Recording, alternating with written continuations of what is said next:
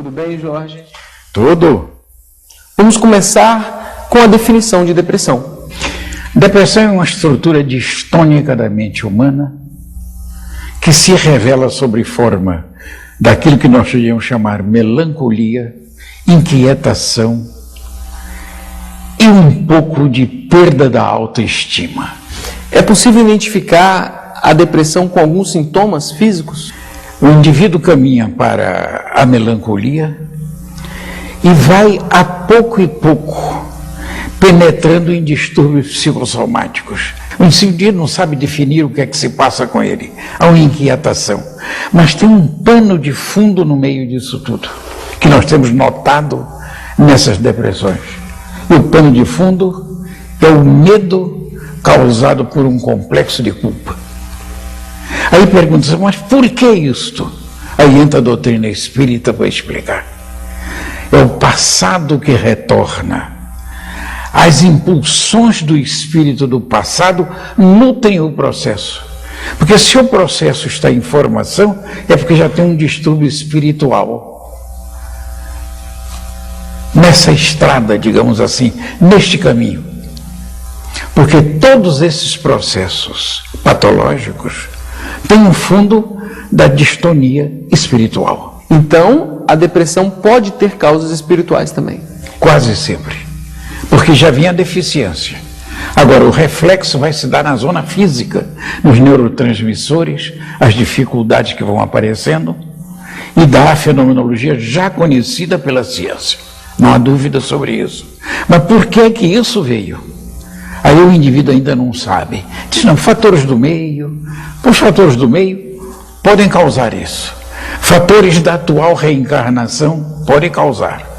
Mas na maioria das vezes, quando há uma profundidade sintomática nesse sentido, portanto, uma patologia mais avançada, é a consequência da fragilidade espiritual pelas coisas do passado que nós conhecemos muito bem dentro da doutrina espírita. O senhor disse que normalmente as causas são espirituais. Então o tratamento também é apenas espiritual? O tratamento espiritual pode ser acolado ao tratamento físico. O tratamento com os comprimidos, o tratamento da ciência oficial atende 35% dos casos. 35%. Agora, não são casos da profundidade da sintomatologia. Não são esses. São casos mais ou menos equilibrados, digamos assim, onde nós podemos ter ainda um controle do processo. Mas a terapia espírita é formidável nisso. Que são os passes, a água fluidificada, o tratamento, e principalmente o grande tratamento nessa área é a praxiterapia. É encontrar um trabalho adequado para o indivíduo. Isto é inalienável, que todo mundo pode trabalhar. Agora você diz, mas o indivíduo depressivo não pode trabalhar? Pode. Tem pequenas coisas que ele pode fazer. Ele não pode fazer tudo. Ele não aguenta fazer tudo. Mas alguma coisa ele pode. Então, aos poucos, nós vamos granjeando condições de equilíbrio para o indivíduo. Ele não pode ficar na sua melancolia com sonhos e sonos também numa posição depressiva. E como que esse trabalho, como que esse tratamento, com passes, com água fluidificada, age sobre a pessoa que está sofrendo de depressão? É uma estrutura mental. Nós ainda não conhecemos a estrutura específica disso, mas nós podemos dizer alguma coisa sobre isso. Hoje já está se estudando bastante aquela terapia oriental, onde os japoneses, pela manhã, descalços, deslizam na grama onde está o orvalho. Esse orvalho hoje foi estudado, tem elementos de vitalização. E esses elementos de vitalização têm um nome até bem bonito, são os neutrinos, são partículas neutrínicas. E vamos acrescentar uma coisa muito interessante. O nosso caipira do interior coloca a água à noite dentro da sua bilha de barro para tomar de manhã, como se fosse um medicamento. E porque à noite a quantidade de neutrinos é imenso e é captado pela água. Como é que os homens sabiam disso? Quer dizer, são coisas da natureza que vêm com o indivíduo. E aí perguntamos nós a você, não tem mundo espiritual atrás disso? Não tem uma posição de impulso espiritual próprio na natureza? Claro que tem. Mas é preciso que se diga uma coisa muito interessante sobre a depressão. As depressões têm uma escala. Tem uma depressão reativa que não tem problema nenhum. Você tem, eu tenho, todo mundo tem. Sabe como é que a gente pode dizer isso? Quem é que não entra na fossa de vez em quando? Não, hoje eu não aguento, hoje eu não estou bem, a coisa não vai bem. E realmente o indivíduo não está no pique para o seu trabalho. São as reações depressivas das dificuldades. Dificuldades econômicas, dificuldades de toda ordem, dificuldades intelectuais e de todo jeito. Esta depressão não é depressão. E nós costumamos dizer, não, o indivíduo é depressivo. Ele está com uma reação depressiva que não tem problema. Mas tem uma depressão ativa ou reativa. Essa é aquela que o indivíduo colhe uma mágoa e como ele não pode botar para fora aquilo, um chefe de uma repartição muito exigente, e mais do que tudo isso, um pouco meticuloso, pode ferir um funcionário, dizer, você não está trabalhando bem, etc. O funcionário não responde, porque está com medo dele, é natural isso, interioriza aquela mágoa, o indivíduo esquece, tempos depois vem a tonalidade depressiva consequente a isso, é a depressão reativa. Essa se trata com certa facilidade. Tem agora uma depressão chamada em psiquiatria dos distímicos. É o preguiçoso nato. É o indivíduo que nunca pode fazer nada, que está sempre cansado. Esse indivíduo precisa trabalhar. Tem a praxiterapia para ele. Resolve bem os problemas. E tem uma outra depressão endógena. É uma depressão seríssima, que tem que se tomar muita conta disso, que faz parte das psicoses. Inclusive a psicose bipolar, a maníaco-depressiva.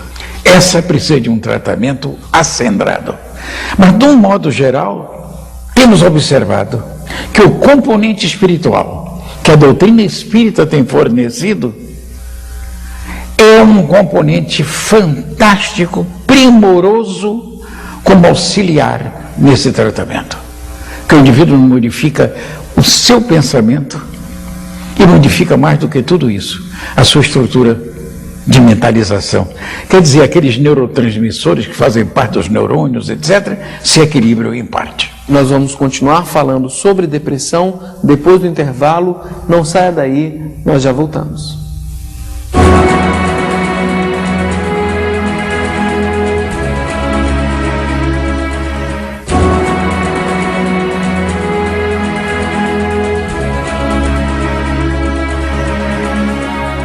Voltamos a conversar com o doutor Jorge Andréa sobre depressão. E as crianças também podem sofrer de depressão? Algumas. É uma coisa mais rara e precisamos considerar o seguinte.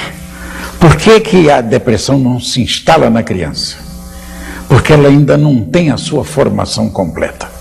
Não só a formação reencarnatória, que se dá mais ou menos em volta dos 7 anos, mas também a sua formação de metabolismo, de glândulas endócrinas, de uma série de coisas, e inclusive a explosão da adolescência, que é uma coisa muito interessante, etc., onde todos aqueles hormônios estão ativos e de uma forma, eu vou dizer assim, bioquimicamente gigantesca. Eu não sei se fica bom bioquimicamente, mas ficou, deu para entender. Então, dessa forma, é muito difícil você encontrar uma criança depressiva, porque tem as oscilações dela. Porque a criança ainda não tem uma formação do seu eu. Ela não tendo a formação do seu eu, ela oscila. Tanto que a criança precisa muito do pai herói e precisa também da mãe zelosa, ainda. Só da adolescência é que eles começam a botar as manguinhas de fora e começam a querer tomar a sua posição que devem quando são bem educados. De maneira que os processos depressivos são mais frágeis nessa área. Mas temos que tomar conhecimento que algumas vezes alguns indivíduos apresentam o processo dessa natureza. Depende apenas do indivíduo que está sofrendo com a depressão para a cura dele, ou a própria família pode auxiliá-lo de alguma forma? É claro, a família é uma condição sine qua non nesse processo. Os pais, as mães, etc., compreendeu? Os amigos, etc., concorrem grandemente para o indivíduo sair do processo, não tenha dúvida. Agora, é preciso a parte psicológica em ação. Quando nós estamos falando na parte psicológica, são psicólogos adequados, aprimorados, que sabem o processo, conhecem as coisas e levam a condição para um trabalho mais preciso.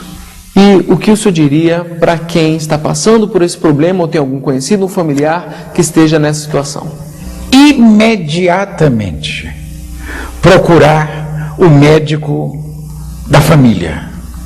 Se não tiver o médico da família, alguém que seja muito bem indicado para este indivíduo reviver. Porque as indicações médicas são precisas.